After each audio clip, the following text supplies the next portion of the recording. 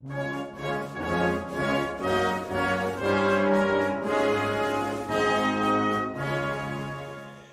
muchas preocupaciones en la vida del ser humano, hay muchos conflictos que a veces no podemos comprender, que no podemos entender, pero también sabemos que hay un Dios que todo lo puede, un Dios que todo lo sabe.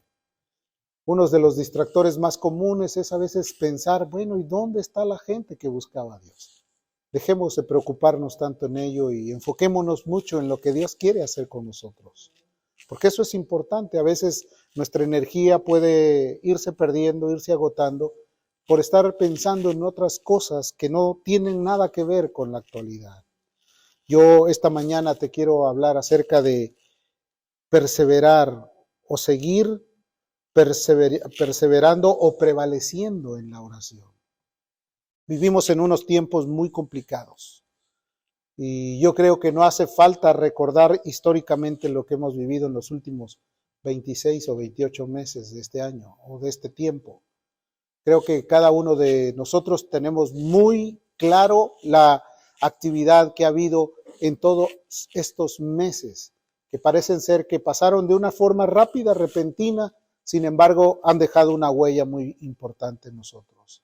Una huella que pudo representar dolor, que pudo representar también preocupación y que ha representado a veces cansancio, desánimo.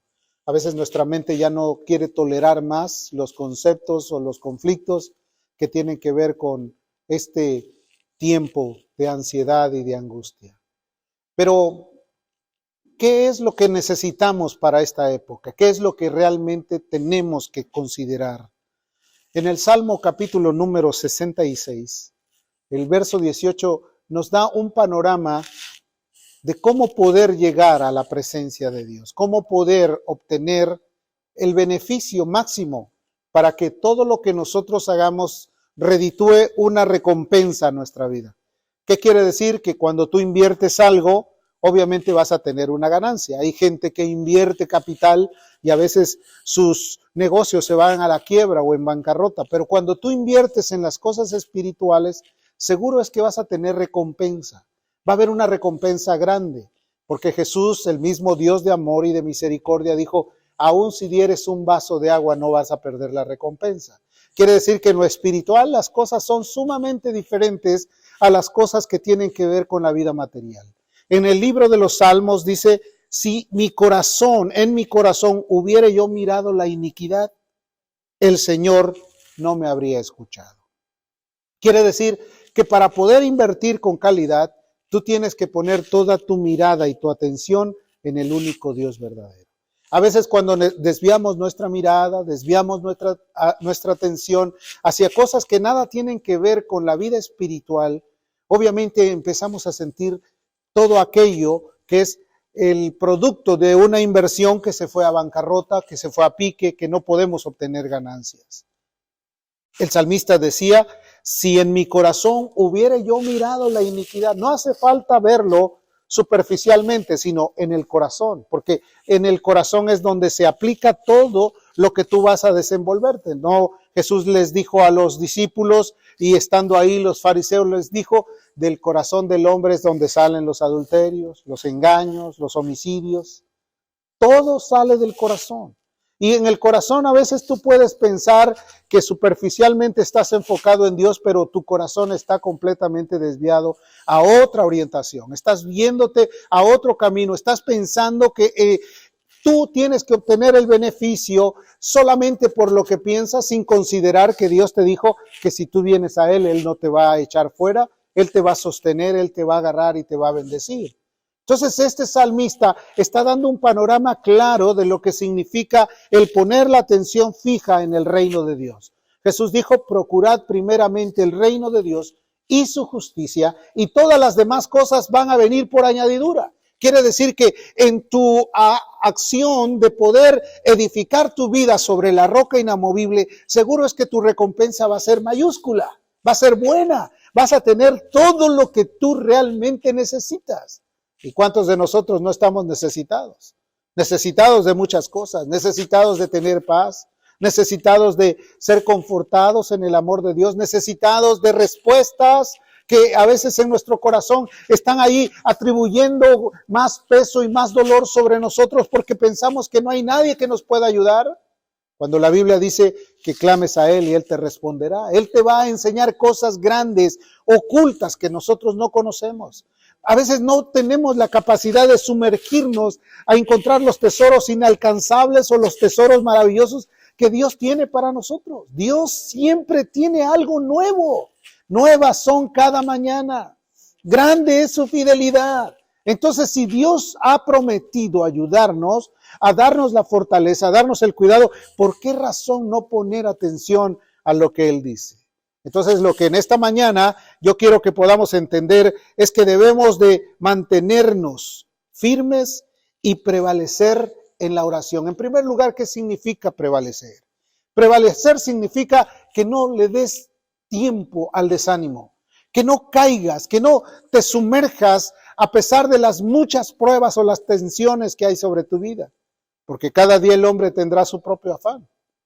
Cada día, cada mañana, tú vas a tener que enfrentar retos. Y si nosotros no vamos en una preparación real, esos retos nos pueden llevar a la quiebra, nos pueden hacer que caigamos al desfiladero, que perdamos la bendición de poder obtener lo que Dios quiere para nosotros. En el libro de Lucas, capítulo 11, no lo busques, solo apúntalo, medita en esto. Jesús le enseñó a los discípulos una obra magistral en cuanto a la oración.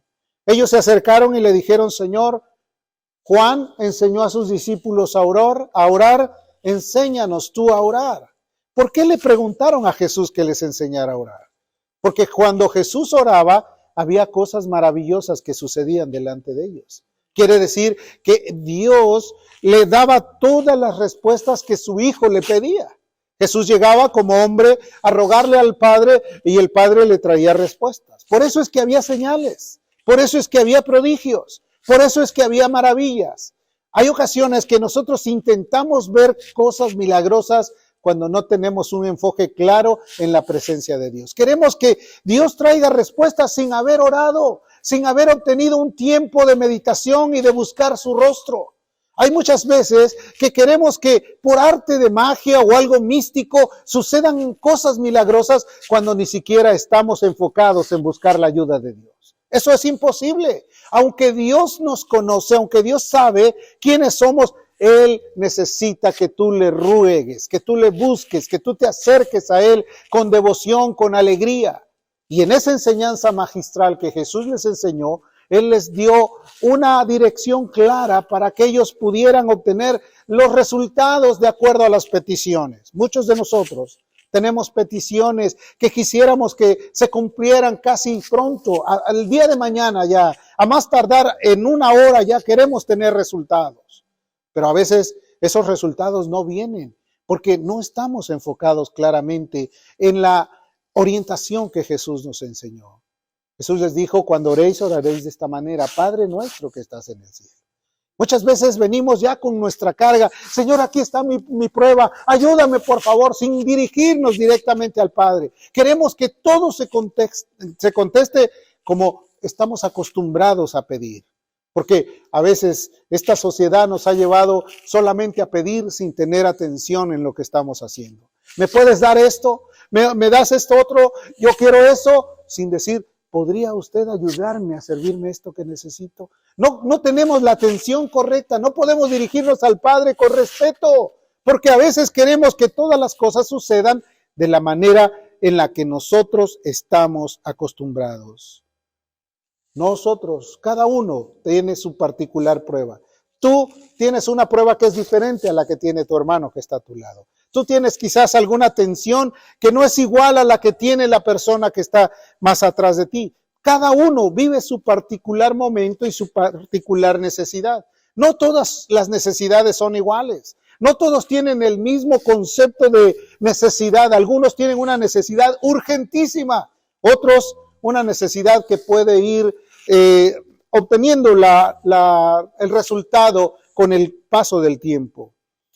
No todos tenemos esas necesidades de la misma índole. hay unos que batallan con su familia, hay unos que batallan con su pareja, hay unos que batallan en su trabajo, hay otros que están batallando con una enfermedad, hay otros que tienen problemas económicos, hay otros que están con conflictos porque no tienen dónde moverse. Cada uno tiene su particular necesidad, pero Dios es el que solventa y el que resuelve cada uno de los problemas sin importar cuál sea la necesidad que nosotros tengamos. Él está dispuesto a ayudarnos. Y a veces no queremos venir con nuestra carga y ponerla delante de Él y decirle, Señor, esta es mi real necesidad. Porque pensamos, si Él ya sabe quién soy, si ya me conoce, ¿para qué le pido? Pues que Jesús enseñó, al que pide se le da, al que toca se le abre y al que busca encuentra. Quiere decir que hay direcciones claras, precisas, y a veces no tenemos esa capacidad. Queremos que nuestra oración sea como cuando vamos al McDonald's, solamente a ordenar por la ventana y ya en un momento ya nos sirvieron. Pensamos que eso es así, pero hay ocasiones que hay que ser bien claro, hay que estar completamente dispuesto a entregarle todas nuestras cargas.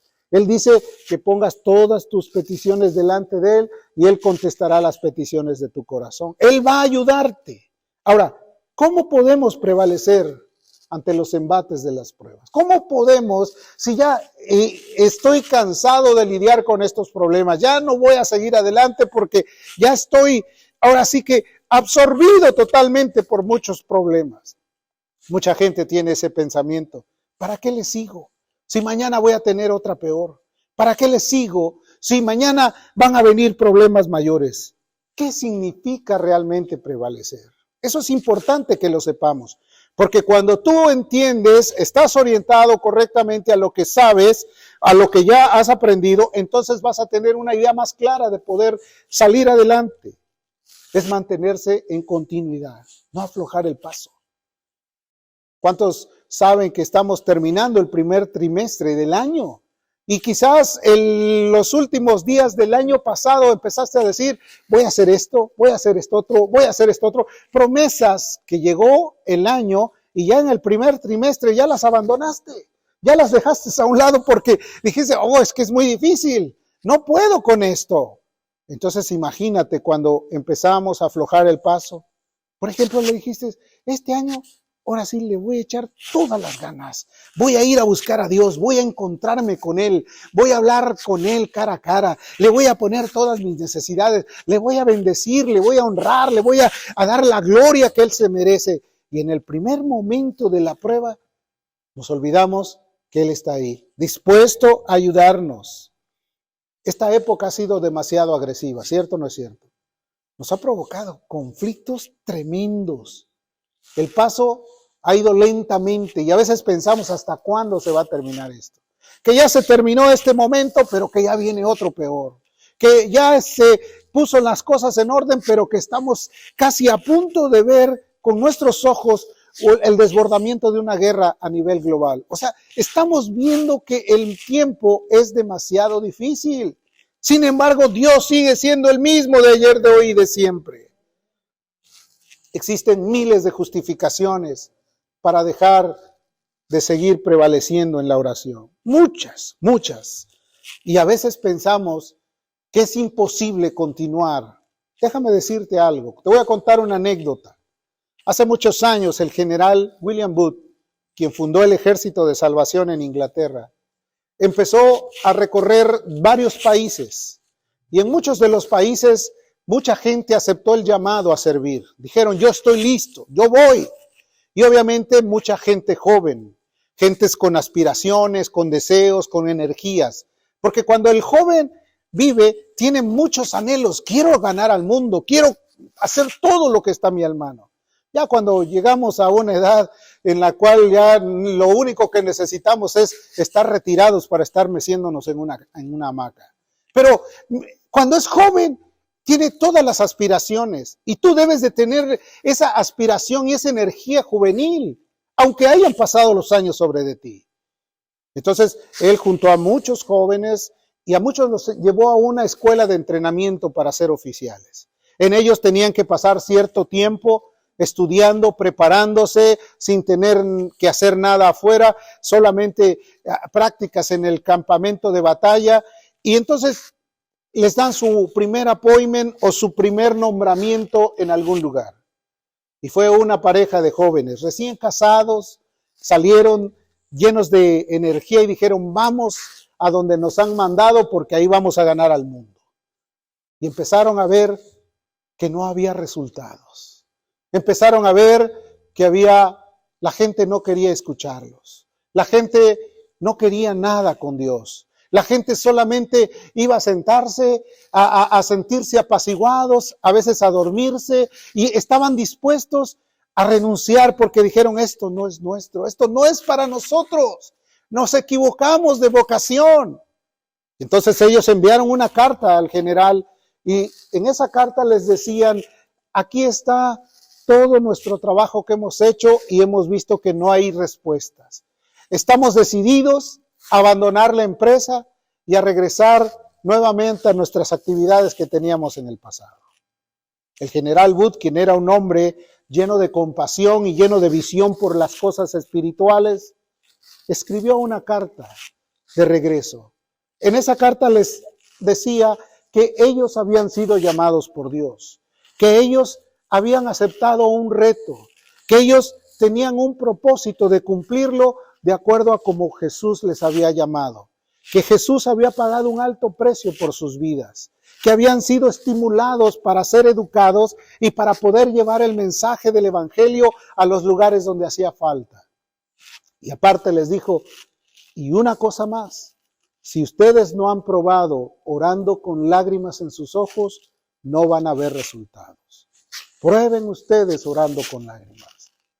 La carta llegó, ellos la vieron, atendieron a ese llamado y dijeron, es cierto, nosotros solo queremos que las cosas sucedan de una forma mística y mágica. No queremos pagar el precio, no queremos orar, no queremos interceder. Y empezaron a buscar a Dios en una intercesión hasta que empezaron a ver que la iglesia empezó a romper todas las barreras que había y la gente empezó a venir y a venir y a venir a buscar a Dios. Ellos, poco tiempo después, enviaron una carta al general y le dijeron, general, muchas gracias por sus consejos. Hemos orado con lágrimas en nuestros ojos y hemos visto que el llamado que Dios nos hizo es un llamado real porque vemos los resultados de que Él es fiel a lo que promete. Entonces muchos de nosotros a veces no queremos decir que Él es fiel porque no hemos visto resultados a todo lo que hemos pedido. Hemos estado pensando que las cosas no van a suceder o que suceden solamente porque es una actitud de mágica o magia. No, hermano, esto no tiene nada que ver con magia. Jesús dijo, al que pide, se le da. Entonces, ¿por qué nosotros podemos pensar que no va a haber resultados? ¿Cuántas veces has dicho, ya no hay nada, ya se acabó todo? Olvídate, Jesucristo sigue siendo el mismo de ayer, de hoy y de siempre. Aunque muchos de los que estemos aquí digamos, ya no quiero nada o ya esto ya no me gusta, Dios va a levantar gente necesitada con hambre y sed de justicia. Amén. Porque ninguno de nosotros somos esenciales. No somos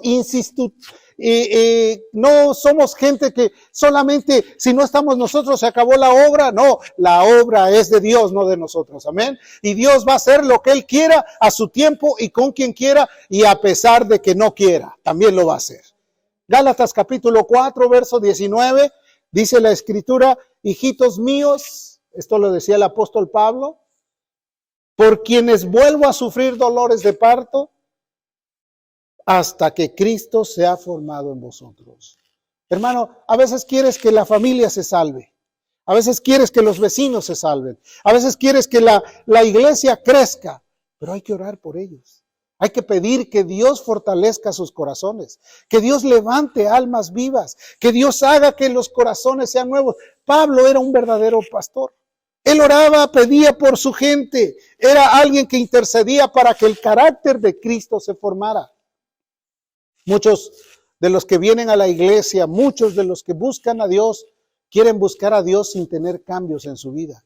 Quieren seguir con su mismo carácter, con sus mismas actitudes, con sus mismas acciones, con sus mismos conflictos emocionales y a veces con sus mismos pecados. Es imposible. Dios quiere que la gente entre a un cambio total, a un cambio radical. Hay muchos que no quieren dejar su yo antiguo, quieren porque se deleitan en él, porque en él siempre han vivido apasionados y no quieren soltarse. Por esa razón es que no se prevalece en la obra de Dios, porque no quieren abandonarse.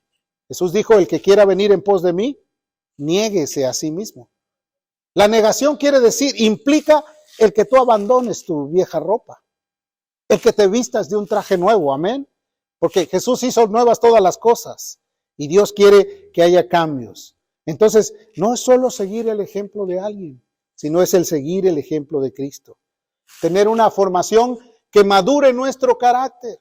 Hay gente que empieza con fuego y en el transcurso del camino empiezan a debilitarse, empiezan a ya no sentir el concepto de Dios. Cuidado, porque esa es una señal evidente de que el pecado está a la puerta. Cuidado, porque esa es una señal evidente de que ya no hay gozo ni fuego en el corazón. Cuidado, porque esa es una señal evidente de que solamente hay una tradición y religión y no hay nada que ver con la vida del Espíritu Santo. Eso es terrible. Cuando una persona ya perdió toda la actitud de alegría, ya vive una apatía, una desesperanza, que ya todo lo hace por mandamiento y no por gratitud, cuando ya todo lo hace o lo lleva a cabo solamente porque quiere agradar al ojo y no agradar al Rey que lo salvó. Terrible, cuando la gente ha perdido el sabor, ya no puede bendecir a nadie, ya toda su vida es un mal ejemplo para los demás. Porque ya no tiene el fuego, ya no tiene la misma proyección que tenía en el pasado. Y cuando alguien está así, está a punto de ser sustituido por alguien mejor. Por alguien que lo quiera hacer. Entonces, no necesitan a veces ser tentados esas gentes. Ya viven bajo su tentación propia. No necesitan que el enemigo venga y los azuse, sino que ellos ya viven azuzados por sus propios deseos carnales o emocionales. Por eso es que el pecado está a la puerta. Por eso es que esas cosas van a provocar que mucha gente caiga y otros que lo vean caigan con él también. Porque muchos van a seguir la figura de alguien, no la figura de Cristo. Que una vez llegó alguien y le dijo a Carlos Spurgeon, ese hombre que era su seguidor cayó en pecado.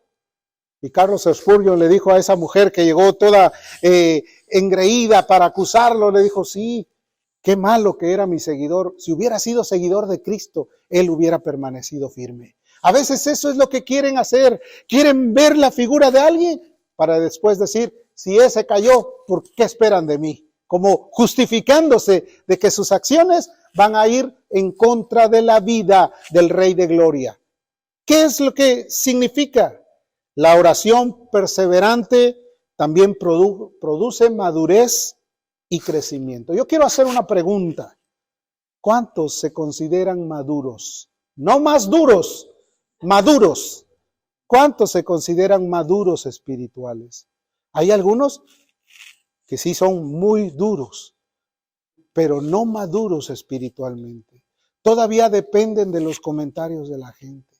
Todavía dependen de que les digan qué tienen que hacer. Todavía dependen de los mandamientos de ley, en lugar de depender de la buena voluntad de Dios, de disponer su corazón. ¿Oras porque te dicen que ores? ¿Ofrendas porque te dicen que hay que ofrendar? ¿Diezmas porque te dicen que tienes que diezmar? ¿O es que hay una dureza total? Y ya no hay ninguna vida que pueda ser efectiva ni productiva en el corazón de la gente. Cuando la persona de Dios es perseverante en oración, se vuelve más sensible. Se da cuenta de las necesidades que hay. Se da cuenta de que Dios quiere hacer obras de misericordia. Te vuelve más misericordioso. Si anteriormente acaparabas todo, ahora te gusta compartir. Repartes con libremente, porque lo haces para la gloria de Dios, no para el hombre. Cuando creces en oración, tu madurez y tu crecimiento te lleva a tener un desarrollo humano. Anhelas que toda la gente sepa lo que tú sabes. Quieres que la gente se convierta, quieres que la gente busque a Dios. Y cuando lloras por ellos, entonces vienen respuestas maravillosas. Porque Jesús dijo, bienaventurados los que lloran, porque ellos recibirán consolación. ¿Te imaginas? Te pones a llorar por alguien que tú lo ves que está cayéndose en el precipicio y estás orando y estás pidiendo, Señor, ten misericordia. Hay lágrimas en tus ojos, hay un corazón rendido y hay una verdadera vocación de oración. Y al rato ves que esa persona sale, esa recompensa para ti es mayúscula. Porque esa no vale oro, no vale plata. Eso es mucho mejor que todas las riquezas del mundo. Ver que un alma se salve es sumamente valioso en medio de esta tierra. Porque a veces no hemos considerado que el valor de un alma es mucho más valiosa que el oro y la plata aquí en la tierra. Que veas a un hijo que se convierte, que veas a una persona. Mira, yo he visto muchas familias que han empezado con sus hijos bien y ahí están con ellos orando y buscando de ellos y de repente se dan por bien entendidos y dicen ya, que hagan lo que ellos quieran. Y al rato los ves que cada día se va fortaleciendo más la dureza del corazón de ellos. Al rato ya están en el mundo bien vinculados con los tratos del mundo. Pero tú también ves aquellos que empezaron orando y pidiéndole a Dios por esos hijos que ya están apáticos también, que ya no tienen anhelos de orar por ellos, que ya perdieron todo.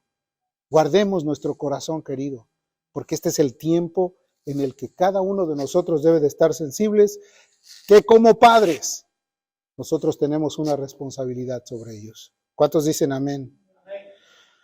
La oración perseverante te hace luchar hasta el agotamiento, porque a veces no queremos luchar. A veces queremos nada más empujar el carrito un poquito y ya me cansé.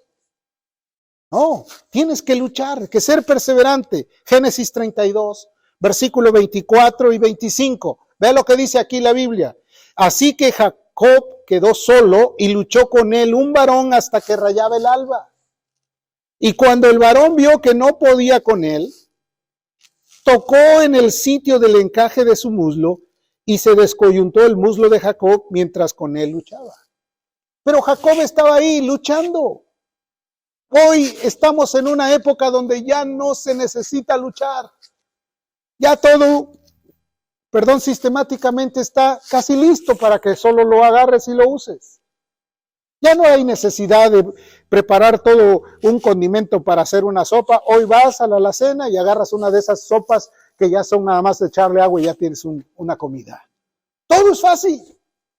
No quiero cocinar, voy a ir al drive-thru y ahí me van a dar lo que yo quiera. Todo es sencillo.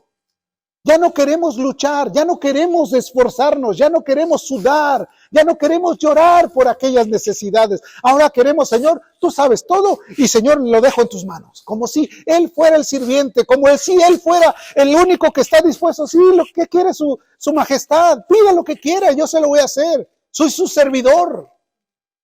Él es el Rey de Reyes y Señor de Señores. A veces nos olvidamos mucho de eso, porque nos han influenciado con ideas que tú eres un príncipe, tú eres un valiente, tú eres alguien. No, hermano, si tú no eres alguien que ahora tú estás en un camino a la perdición y tienes que volver y recapitular tu vida y buscar y poner tus ojos en Cristo. Amén. Sí, para ser hijos de un rey tenemos que vivir de acuerdo a Él. El que quiera ser como Él, dice la Biblia, debe de andar como Él anduvo. Entonces, todo Él sufrió. Ahora, ¿qué era lo que estaba pasando con Jacob? ¿Por qué crees que estaba luchando con un ángel? Te voy a contar algo de la historia. En su principio, Jacob engañó a su hermano, ¿recuerdas? Cuando se puso un cuero. Y entonces el padre bendijo a Jacob, que era el segundo hijo, y esa bendición le correspondía a su hermano Esaú. Esaú había dicho, dame un plato de comida y yo te doy mi primogenitura. Pero eso no es tan fácil. Él comprendió que había sido completamente engañado. Y entonces en un momento Esaú dijo, me las va a pagar. Y con un ejército de hombres fue a perseguir a Esaú, a Jacobo, que solamente llevaba a su familia y a su ganado. Entonces sabía que su problema que tenía era un problema delicado, porque no era solamente que se iba a enfrentar a su hermano, sino que su hermano quería matarlo. Entonces a veces no estamos en ese punto. Despierte por ahí a los que se duermen. No estaba en ese punto sino más bien estaba completamente asustado porque iba a morir. Entonces él sabía que su vida estaba en peligro. Y por esa razón es que él estaba buscando a Dios con desesperación. Con desesperación. Él sabía que tenía la necesidad de que Dios lo iba a ayudar. Y entonces muchos tienen esa idea de que, no, pues yo solo descanso en Dios. Y cuando oro, oro para mis adentros. Y nos olvidamos de que el ejemplo de Cristo no fue cualquiera. Desde el Antiguo Testamento a Jesús lo refirieron como un varón de dolores. Y a veces en el cristianismo pensamos que todo es color de rosa. ¿Cierto o no es cierto? Ya estamos en Cristo, ya no debemos nada, ya pasó todo. Ya vivamos como en fiesta todos los días. Ve lo que dice ahí en el capítulo 53 de Isaías, verso 3. Mira las características de quien iba a pagar el precio de nuestro error, de nuestras faltas, de nuestra necesidad. Ve cómo era, dice, despreciado y desechado entre los hombres. Jesús dijo, ay, cuando hablen bien de vosotros, porque así hablaron bien de los falsos profetas. Mejor deja que hablen mal de ti, que a tus espaldas digan todo lo que quieran, no importa. De Jesús hicieron leña. Pero cuando hablan bien de ti, ay, ese es lo máximo. Olvídate, así hablaron de los falsos profetas. Por eso uno no es muy popular entre la gente. Porque tiene que hablar la verdad, porque tiene que hablar con verdad, con madurez, con rectitud. Entonces, ¿qué es lo que provoca? No, ella me cayó mal, habla mucho, me está diciendo esto, me despierta cuando me duermo. ¿Para qué? Entonces, ya se molesta de todo. Dice aquí, despreciado y desechado entre los hombres. Varón de dolores, experimentado en quebranto y como que escondimos de él el rostro. Como que a veces decimos, no quiero saber de él. Fue menospreciado y no lo estimamos. Él es Jesús, el Mesías. Eso tenía que ser la garantía de que Él iba a ser el que iba a redimir a toda la nación y a todo el mundo. Esta era la única característica del Mesías, del enviado de Dios. Dime si no lo despreciaron. Dime si no lo desecharon. Dime si no hablaron mal de Él. Dime si no querían hasta matarlo. Inclusive se atrevieron a decir que tenía demonios. Pero Él estaba dispuesto a pagar el precio. Amén. Estaba profetizando el carácter de quien se iba a negar a sí mismo. Quebrantado hasta el fallecimiento. El perseverar en la oración te lleva a no depender de ti ni de tus anhelos personales, sino de sufrir por causa de los demás. Lucas 22:44. ¿Qué dice aquí? Este es Jesús, está orando. Dice, y estando en agonía, ¿qué dice? Descansaba, ¿no? Oraba más intensamente. Hermanos, deberíamos de considerar esto para que nos diera un poco de pena. Oraba más intensamente. Y era su sudor como grandes gotas de sangre que caían hasta la tierra. Aquí habla de alguien que está en una fuerte agonía, en una desesperación, en una ansiedad, porque todas las cosas cambian. Un fallecimiento humano. Cuando dices, no puedo, pero tengo que continuar, porque creo que Dios quiere hacer cosas. Hermano, ¿quieres que cambie el ambiente tuyo? ¿Quieres que todo tu alrededor sea transformado en una gloria majestuosa? ¿Quieres que las cosas sean como a ti te gustaría verlas? Amén. Ya que sigan así. No, creo que Dios quiere hacer cosas grandes. La oración prevaleciente es algo que se lleva en el corazón y no en la mente. Hablaron de la oración, vamos a orar. No, tiene que salir de aquí, del corazón. Ve lo que dice la Biblia, Éxodo, capítulo 28, verso 29. Dice, y llevará Aarón los nombres de los hijos de Israel en el pectoral de juicio sobre su corazón. Cuando entre en el santuario, por memoria delante de Jehová continuamente, que era un pectoral.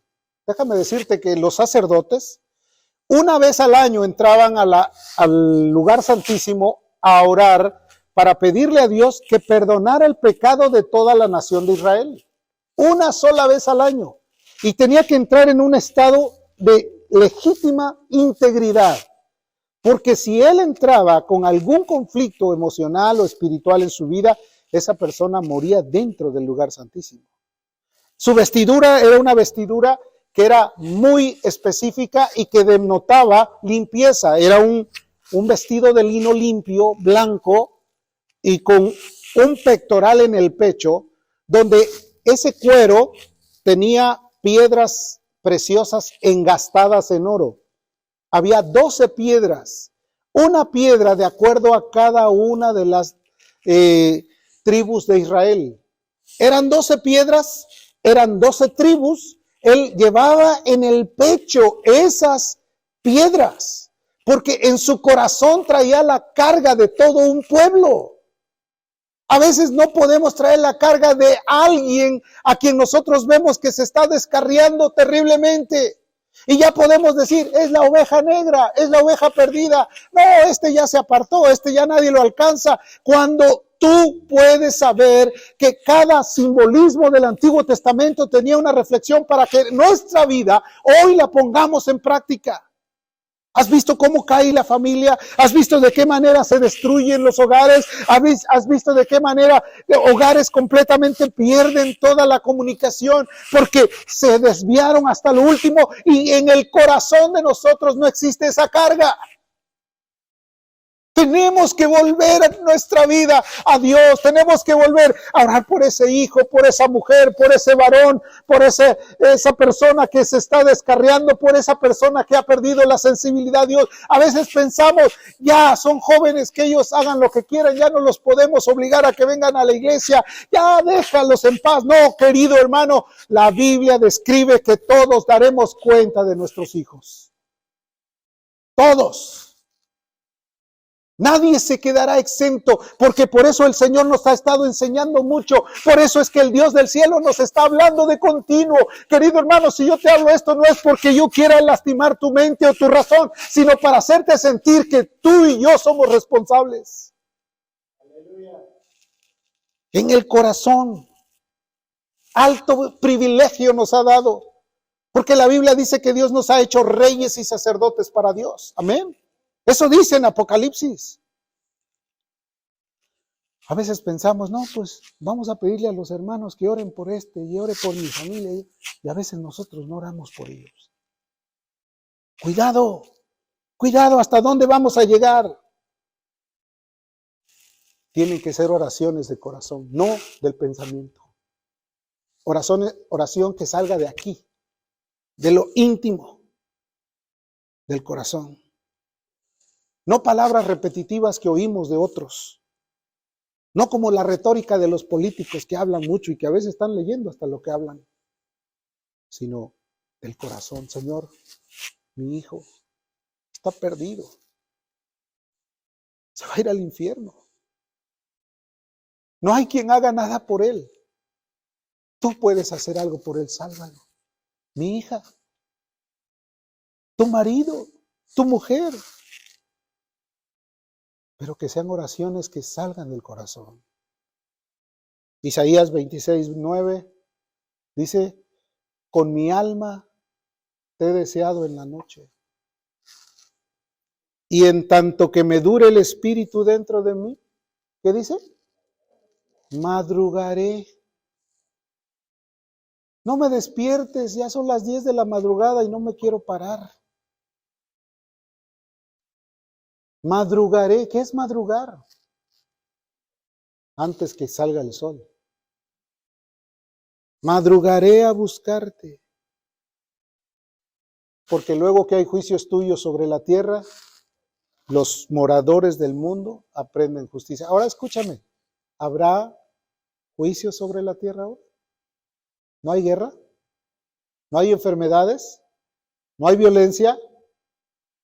¿No hay crisis económica? ¿No hay juventud completamente perdida? Gracias a Dios por los jóvenes que buscan a Dios. ¿No hay una gran cantidad de apatía sobre la tierra? Hay juicios. ¿El morador del mundo aprenderá justicia? Es el tiempo de que el pueblo de Dios responda al llamado de Dios. Los hijos de Dios, el pueblo de Dios. Que nuestro fuerte deseo sea estar en Él, en su presencia. Que no olvidemos que somos testigos de una historia que nos ha dejado un panorama como jamás lo hubiéramos imaginado. Cuando tú asistías a las clases de historia y oías de esto y de aquello, decías, wow, qué terrible época. Y a lo mejor alguna vez pasó por tu mente o cruzó por tu mente una idea, ¿cómo me hubiera gustado estar en esa época para saber cómo era? Ahora es peor. Cuidado.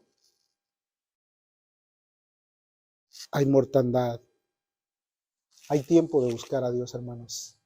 Creo que esto es lo que Dios puso en mi corazón. No olvidemos que hay ocasiones que un buen cazador puede errar su tiro y se le escapa su presa. Y hay ocasiones que nosotros podemos errar al blanco, pensando que todo está bien. Qué terrible. Yo quiero que hoy podamos ver que Dios es bueno. Llegó un profeta y le dijo a un rey, trae tu arco y golpea la tierra fuertemente. Y ese rey golpeó 1, 2 y 3 y se cansó. Y el profeta se enojó y le dijo, si hubieras golpeado más veces la tierra, tus enemigos todos hubieran caído vencidos. Pero ahora solamente 3 victorias tendrás y después recibirás la consecuencia. Por la falta de perseverancia, por la falta de cuidado. Hermano, no te desanimes. Si oyes esto, no es para que te asustes, sino más bien para que reactives tu corazón en el fuego del Señor. Para que le digas, Señor, quiero asumir esa responsabilidad.